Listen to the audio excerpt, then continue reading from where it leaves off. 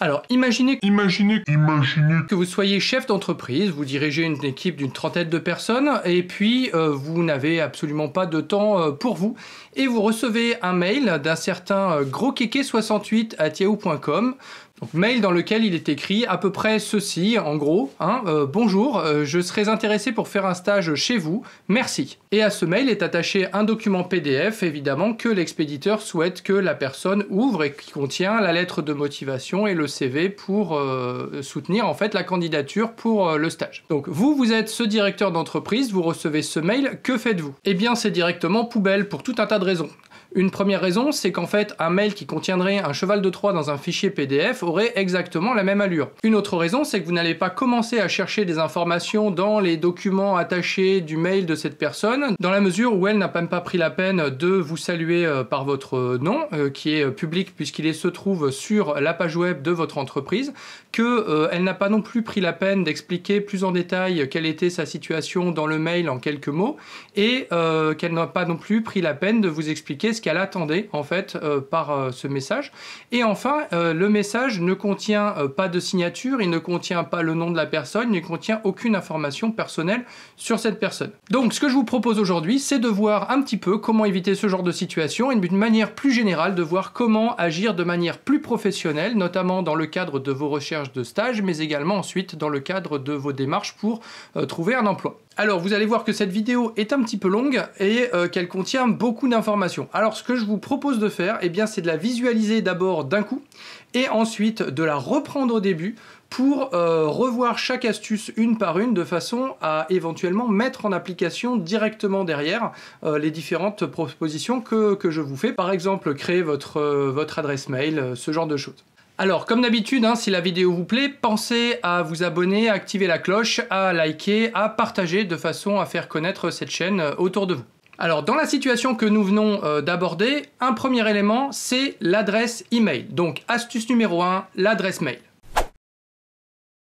D'une manière générale, je vous invite très fortement à avoir une adresse mail que vous n'utiliserez que pour votre correspondance professionnelle. Donc cette adresse mail, elle doit être explicite, autrement dit, elle doit contenir vos noms et prénoms. On reviendra un petit peu plus tard sur le pourquoi de la chose. Et puis être une adresse que vous n'utiliserez donc que pour votre correspondance professionnelle. Alors évidemment, vous pouvez aussi l'utiliser pour, par exemple, vos correspondances administratives, c'est possible aussi. D'une manière générale, c'est une adresse que vous n'utiliserez pas pour tout ce qui est commercial et que vous n'utiliserez pas non plus pour dialoguer avec vos amis. Une première chose derrière ça, c'est que votre interlocuteur puisse immédiatement identifier qui, en fait, se trouve derrière l'adresse de l'expéditeur du message.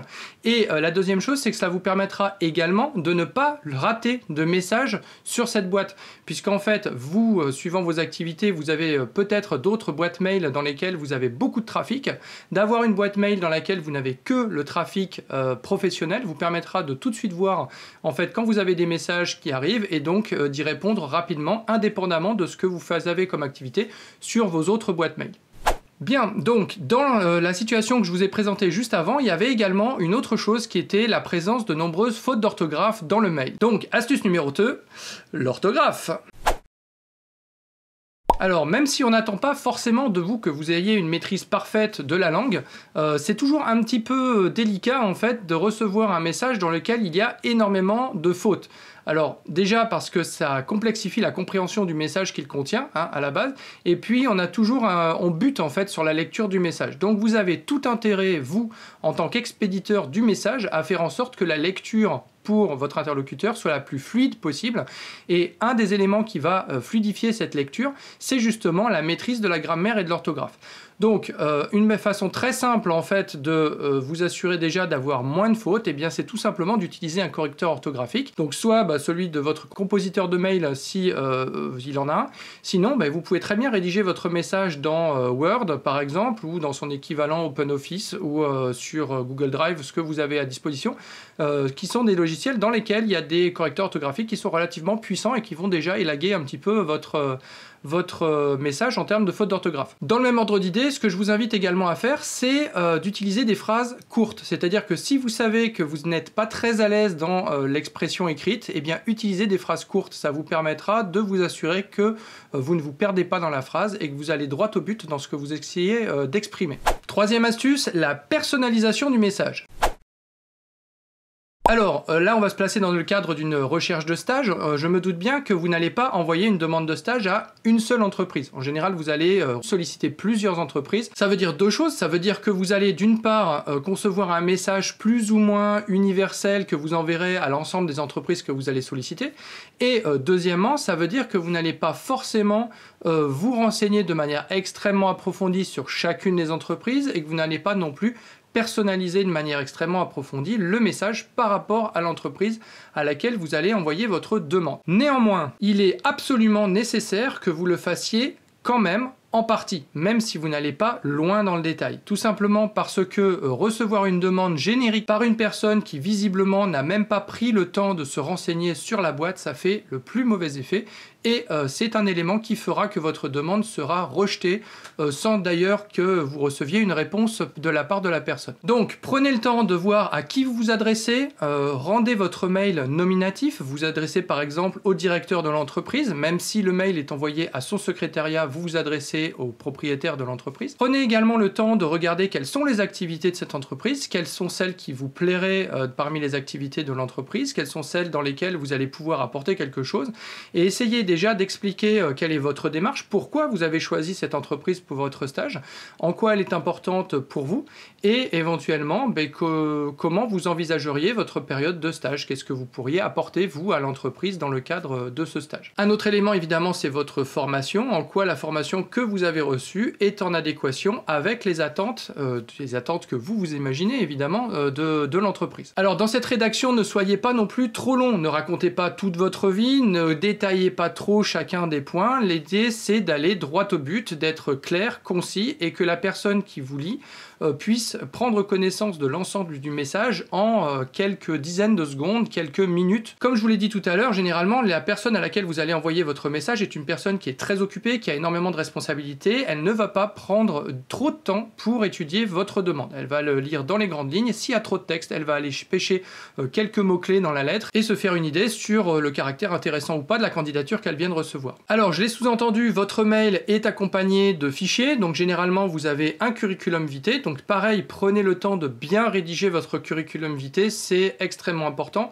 Il faut qu'il soit visuellement facile à lire, qu'il soit direct, qu'il soit concis, qu'il aille droit au but et que ce soit un document dans lequel la personne qui va le lire va trouver très rapidement les informations qui sont importantes par rapport aux activités de son entreprise. Vous allez généralement aussi accompagner votre courrier d'une lettre de motivation et donc c'est dans cette lettre de motivation que vous expliquerez de manière plus détaillée pourquoi vous souhaitez candidater dans cette entreprise et qu'est-ce que vous allez pouvoir lui apporter, qu'est-ce que vous attendez vous de votre côté comme apport de la part de l'entreprise pendant votre stage. Voilà, essayez d'expliquer en fait pourquoi c'est une très bonne idée que vous fassiez votre stage dans cette entreprise. Bien, alors on a passé un petit peu de temps sur cette astuce-là, c'est aussi simplement parce que c'est important, c'est-à-dire que la personnalisation des messages et le fait de s'adresser à des personnes bien spécifiques dans vos messages, c'est quelque chose d'important dans votre communication, notamment pour votre tout premier message. Mais ce n'est pas le seul élément qui compte, et astuce numéro 4, instaurer un climat de confiance entre vous et votre interlocuteur. Alors, ça peut passer par différents canaux. Le premier, évidemment, c'est le message que vous allez envoyer. Dans ce message, en fait, vous indiquez à la personne, à votre interlocuteur, que vous souhaitez obtenir un stage dans son entreprise ou vous souhaitez candidater sur un poste dans son entreprise. Eh bien, montrez-lui déjà à la base que vous lui faites confiance. Et ça va passer par le fait de décliner entièrement votre identité, de donner votre numéro de téléphone, votre adresse. Alors, vous pouvez à ce niveau-là faire de deux façons différentes. Vous pouvez très bien donner votre adresse postale, c'est une première alternative. Ou alors, en tant qu'élève, vous pouvez également indiquer l'adresse de l'établissement scolaire dans lequel vous êtes inscrit. Alors, une autre chose importante dans l'instauration du climat de confiance, c'est le fait d'exposer vos compétences et vos savoir-faire. Alors, vous pouvez très bien les mettre dans le CV, évidemment, mais moi, ce que je vous invite à faire, c'est à vous créer un profil en ligne sur un site en particulier qui s'appelle LinkedIn, qui est un site, c'est un petit peu comme un Facebook si vous voulez, mais c'est un Facebook professionnel, c'est-à-dire que les publications qui sont postées sur ce site-là ont vraiment un aspect pro et c'est un site qui est très utilisé par des chasseurs de tête pour trouver des personnes qui correspondent à des offres d'emploi qu'ils doivent combler et c'est également un très bon moyen en fait de se créer un réseau et de se faire connaître. Donc sur ce réseau, vous allez pouvoir avoir un certain nombre de connaissances. Donc évidemment, là tout de suite, ce qui serait intéressant, c'est que vous créiez déjà le réseau de votre classe actuelle, donc de votre groupe classe actuel. Réseau qui va ensuite vous permettre d'accéder de manière indirecte, donc au travers de vos anciens collègues, aux nouveaux collègues qu'ils auront dans le futur. Et donc ça vous permettra éventuellement, par exemple, si vous souhaitez changer d'emploi, eh bien de diffuser cette information comme quoi vous souhaitez changer d'emploi et que vous êtes à la recherche d'un nouveau poste, ou au contraire de recevoir des annonces de postes disponibles dans d'autres entreprises via vos anciens collègues. Astuce numéro 6, le CV en ligne. Alors, ce site permet également de mettre en ligne votre CV. Donc, en mettant en ligne votre CV, en fait, ce que vous êtes en train de dire, c'est que vous revendiquez les compétences et les connaissances qui s'y trouvent, et vous en êtes tellement sûr de ces compétences que vous acceptez de les afficher aux yeux de tous. Afficher sur son CV LinkedIn des compétences qui ne correspondent pas à la réalité, c'est prendre le risque de se faire mettre en défaut publiquement dans l'entreprise dans laquelle on va travailler. Donc, c'est quelque chose que, en fait, vous n'avez absolument pas intérêt à faire. L'autre aspect par rapport à ces compétences et ces connaissances-là, c'est que vous pouvez vous faire recommander. Donc, alors évidemment, dans l'idéal, vous vous faites recommander par des gens pour lesquels vous avez travaillé ou avec lesquels vous avez travaillé. Donc, vous allez pouvoir recevoir en fait des recommandations de collègues ou d'anciens chefs qui vont indiquer à quel point ils ont été satisfaits de votre capacité à faire telle ou telle chose dans l'entreprise. Et ce sont des choses que les personnes qui ensuite vont venir voir votre profil vont pouvoir voir directement. Voilà, et donc c'est tout un tas d'éléments qui vont agrémenter votre CV et qui vont le renforcer et le rendre, montrer en fait que vous avez une certaine fiabilité dans votre activité professionnelle. Alors évidemment, ça c'est quelque chose qui se construit petit à petit, mais plus vous commencez tôt et mieux votre réseau sera développé au moment où vous en aurez vraiment besoin. Donc moi je vous invite à commencer tout de suite à vous créer ce profil et à vous mettre tout de suite en réseau avec les personnes avec lesquelles vous travaillez actuellement. Alors je vous propose d'envisager une autre situation en présent. Vous êtes vendredi soir, vous êtes dans votre entreprise, vous allez partir en week-end et puis votre chef arrive en passant juste avant de partir et vous dit « Ah oui, alors lundi matin, ce serait bien si vous pouviez faire la relève de tous les compteurs de débit d'eau du service et me faire une petite synthèse de tout ça parce qu'on a actuellement une fuite et on aimerait bien pouvoir la localiser. Donc vous m'apportez tout ça sur le coup de 10 heures et puis comme ça on verra ce qu'on peut faire. » Vous lui dites pas de problème, je vous ramène tout ça à 10 h lundi matin, bon week-end. Donc là-dessus vous partez en week-end et puis dimanche après-midi votre mémé vous fait une tarte au chuc qui vous fait complètement oublier que le reste du monde existe. Vous revenez lundi matin et vous avez complètement oublié que votre chef vous avait demandé de faire cette relève des compteurs d'eau. Arrive 10 h, puis 10h30, puis 11 h et puis finalement votre chef déboule en vous demandant ce que vous êtes en train de faire et pourquoi vous n'avez pas encore amené les chiffres qu'il vous a demandé vendredi. Inutile de vous dire que c'est une situation qui est relativement déplaisante et que vous avez tout intérêt à éviter. Et pour ça, il y a des outils et des habitudes très simples à avoir que je vous propose de voir un petit peu plus en détail maintenant. Alors, astuce numéro 7, le gestionnaire de tâches. Donc, des gestionnaires de tâches, il en existe une foultitude sur internet de disponibles, certains payants, certains qui sont gratuits. Vous en trouvez un petit peu partout, à vous de voir celui qui vous semble le plus adéquat. Donc ce gestionnaire de tâches, le principe est le suivant, vous avez besoin de faire quelque chose, vous ne voulez pas vous encombrer l'esprit avec le fait d'avoir à le faire, et bien tout simplement vous rajoutez une tâche dans votre gestionnaire de tâches en indiquant en particulier à quel moment vous devez avoir fait cette tâche, ou à quel moment vous allez accomplir cette tâche. Donc dans l'exemple qu'on a pris juste avant, eh bien vous allez vous initialiser une nouvelle tâche dans votre gestionnaire de tâches dans laquelle il sera indiqué que vous devez faire la relève de tous les compteurs d'eau du service puis amener le résultat à votre chef et que cette tâche est attendue pour lundi matin 10 h et vous pouvez par exemple programmer de la faire de 8 h à 10 h lundi matin. Alors une tâche est éventuellement découpable, c'est-à-dire que ici vous avez une tâche qui est de faire la relève des compteurs d'eau et d'ensuite amener les résultats à votre chef. Vous pouvez très bien faire une première tâche qui est la relève des compteurs d'eau et une deuxième tâche qui est la transmission des données à votre chef. Ensuite, lorsque la tâche a été exécutée, eh bien vous la cochez et elle disparaît de la liste que vous avez dans votre gestionnaire de tâches. C'est un excellent moyen de vous décharger l'esprit dans le sens où vous savez que toutes les choses que vous avez à faire sont écrites quelque part, donc vous ne pouvez pas les oublier. et ça vous permet de vous concentrer en fait sur les tâches que vous êtes en train d'accomplir sans avoir en même temps en tête le fait que vous ne devez pas oublier de faire le truc qui arrive juste derrière. Donc moi personnellement c'est quelque chose que j'utilise beaucoup parce que je trouve que c'est très apaisant en termes de gestion du quotidien, notamment au niveau professionnel. Donc je vous invite très fortement à utiliser un gestionnaire de tâches. Alors attention, le gestionnaire de tâches, ça n'est pas un agenda. Et l'agenda également, je vous invite à l'utiliser, c'est mon astuce numéro 8. Donc l'agenda, ça va vous permettre de noter des événements qui vont avoir lieu et non pas des tâches que vous avez à faire. Par exemple, si la remise des informations dont on discutait juste avant s'accompagne d'un rendez-vous avec votre chef, eh bien vous noterez sur votre agenda que vous avez rendez-vous avec votre chef à 10 h lundi matin.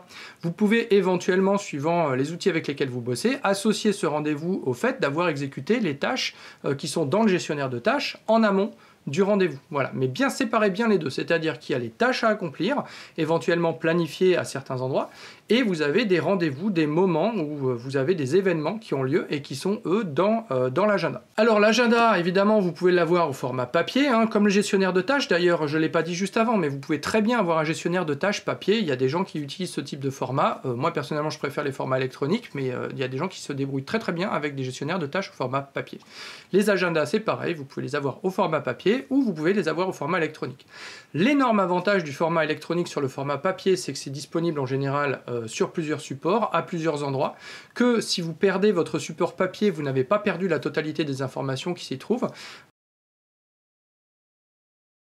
Voilà, et que vous pouvez éventuellement lier les outils que vous utilisez ensemble, c'est-à-dire votre mail, votre gestionnaire de tâches, votre agenda, tout ça peut être lié ensemble et vous facilitez également la gestion de toutes ces informations. Alors au niveau de l'agenda, c'est un petit peu plus facile puisqu'en fait des agendas, vous en avez quasiment dans n'importe quel système d'exploitation qui sont déjà intégrés dedans. Vous en avez généralement qui sont associés à votre mailer. Si vous avez un webmail, généralement vous avez un agenda associé au webmail. Voilà, après vous avez des agendas spécifiques que vous pouvez, auxquels vous pouvez souscrire en ligne, gratuit, payant, c'est pareil, il y a plein de formules différentes. Donc à vous de voir un petit peu ce qui vous convient, de chercher un petit peu sur internet ce qui vous convient. Mais faites-vous un agenda. Ok, alors on reprend la situation qu'on avait juste avant. Imaginons cette fois-ci que vous n'ayez pas oublié de faire ce que votre chef vous avait demandé lundi matin en arrivant, donc vous avez collecté l'ensemble des informations. Donc vous êtes passé à travers le service et vous avez noté sur une feuille de papier chaque débitmètre avec le débit associé en face. À 10 h, vous arrivez donc dans le bureau de votre chef pour lui remettre votre travail et vous lui donnez la feuille que vous avez remplie. Il vous dit merci, mais n'en pense pas moins. Je vais vous expliquer pourquoi. Astuce numéro 9, mettre en forme vos données. Donc globalement, si votre chef vous a demandé de faire ces relevés d'informations, donc de relever les débits d'eau dans le service, c'est parce qu'après, il va utiliser ces données pour en sortir des informations utilisables. Par exemple, s'il constate qu'un des débitmètres a un débit qui est très nettement supérieur à ce qu'il est d'habitude, en fait, eh bien, ça va lui indiquer à quel endroit il faut chercher plus en profondeur la présence de la fuite. Simplement, ça nécessite de traiter l'information. C'est-à-dire que il va falloir comparer le débit actuel, le débit d'aujourd'hui, au débit par exemple de la semaine précédente. Et si on peut faire ça de manière automatique, évidemment, c'est beaucoup plus rapide et beaucoup plus simple. C'est la raison pour laquelle, probablement que la première chose que va faire votre chef en arrivant, c'est recopier les données numériques que vous lui avez fournies sur papier dans un tableur, de façon à pouvoir les exploiter, faire des comparaisons, faire des calculs de somme de débit, de différence de débit, enfin de ce qu'il a besoin de faire en fait pour obtenir les conclusions auxquelles il souhaite aboutir. Donc, mon conseil là-dedans, anticiper et mâcher le travail. Alors, quand je dis mâcher le travail, c'est pas faire le travail à la place de la personne, mais c'est savoir ou essayer de s'interroger sur ce que la personne va faire avec ce que vous allez lui fournir comme information ou comme données ou comme matériaux, de façon à préparer ces données ou ce matériau pour que la personne puisse en fait les utiliser directement par la suite sans avoir d'étapes fastidieuses de recopie de données manuscrites potentiellement mal écrites avec des erreurs de copie au passage.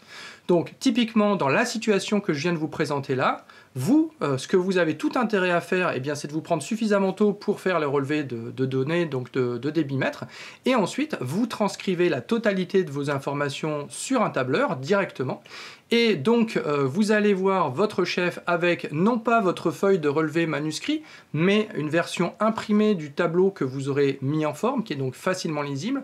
Vous pouvez également venir avec une clé USB sur laquelle vous aurez le fichier Excel que votre chef pourra utiliser directement. ou carrément vous l'envoyez par mail ou vous le déposez sur le cloud de votre entreprise. Enfin voilà, ça dépendra des outils qu'utilise votre entreprise habituellement, ça vous adaptez aux outils locaux, mais anticipez un petit peu en fait ce qui va suivre votre travail de façon à faire en sorte que les gens qui bossent derrière vous et qui s'appuient en fait sur ce que vous avez fait, eh bien soient contents de ce que vous avez fait et l'impression d'en avoir moins à faire. Ça vous permettra d'avoir une bonne appréciation de la part de vos collègues et de votre chef.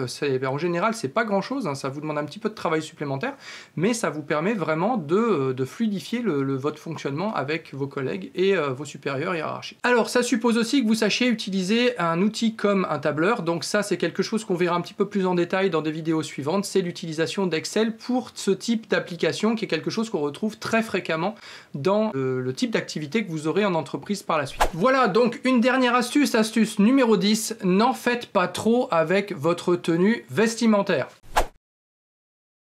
Alors, je m'explique, vous allez aller à un premier entretien pour éventuellement voir si vous pouvez ou pas obtenir le stage que vous convoitez dans l'entreprise que vous avez contactée, ou vous allez à un rendez-vous pour un entretien d'embauche, bref, vous allez vous présenter en entreprise physiquement. Bien, alors évidemment, vous n'arrivez pas dans une tenue qui vous a servi à faire un atelier peinture pendant le week-end, vous allez vous habiller de manière correcte. Par contre, moi je vous invite fortement à ne pas trop en faire, vous n'allez pas à un mariage, ok? Donc vous vous habillez de manière correcte. En général, vous allez adopter une tenue qui est relativement neutre, c'est-à-dire qui n'a pas de connotation, qui n'a pas trop de connotation, soit culturelle, soit religieuse. Voilà, de façon à être certain de ne pas heurter éventuellement la sensibilité de votre interlocuteur, que vous ne connaissez pas encore, hein, vous ne savez pas quelles sont ses affinités. Voilà, mais n'en faites pas trop non plus. Voilà, j'ai vu des exemples de personnes qui sont allées à des entretiens ou qui sont venues faire des soutenances dans des tenues qui étaient extrêmement peu adaptées, c'est-à-dire extrêmement serrées, qui étaient très maquillées et qui du coup n'étaient pas du tout à l'aise dans le cadre de l'entretien qu'elles étaient en train de passer. Et du coup, l'entretien s'est pas forcément super bien passé, pas parce que le contenu était mauvais, parce que la prestation était intrinsèquement mauvaise, mais parce que la prestation a été affectée par le choix de tenue qui avait été fait au départ. Donc, venez dans des habits corrects, venez avec une tenue relativement neutre, mais venez également dans une tenue dans laquelle vous vous sentez bien. Si vous ne vous sentez pas bien dans vos habits, vous n'interagirez pas de manière fluide et agréable avec votre interlocuteur et votre entretien ne se passera pas bien. En plus, j'allais dire, vous allez probablement à un stage pour avoir une activité de technicien dans une usine, donc ça veut dire que vous aurez des contraintes vestimentaires qui seront essentiellement guidées par des problématiques de sécurité, donc que vous veniez en costard-cravate le jour de votre entretien, c'est pas forcément quelque chose de nécessaire. Voilà, vous venez éventuellement avec une chemise si vous voulez, vous venez habillé correctement, mais n'en faites pas trop avec la tenue vestimentaire le jour de votre entretien. À la limite, si vous êtes trop bien habillé le jour de votre entretien, votre interlocuteur pourra même se poser peut-être la question de ce que vous avez tellement à cacher que vous souhaitez l'enrober dans un paquet cadeau un petit peu plus attractif que d'habitude. Donc allez-y, tranquille, cool, tenue correcte, mais décontractée. Voilà, donc on arrive au bout de la vidéo. Je vous ai fait donc une liste de 10 petites astuces pour essayer d'avoir un comportement et un relationnel plus professionnel avec les personnes avec lesquelles vous interagirez dans le cadre de vos stages, dans le cadre de vos embauches par la suite. J'espère que ces astuces vous apporteront quelque chose et que leur mise en application en fait vous permettra de vous simplifier la vie dans ces contextes-là. Donc évidemment, je ne prétends pas tout savoir, donc c'est juste une liste de 10 conseils que moi je considère comme étant utile, voilà, pour votre future carrière.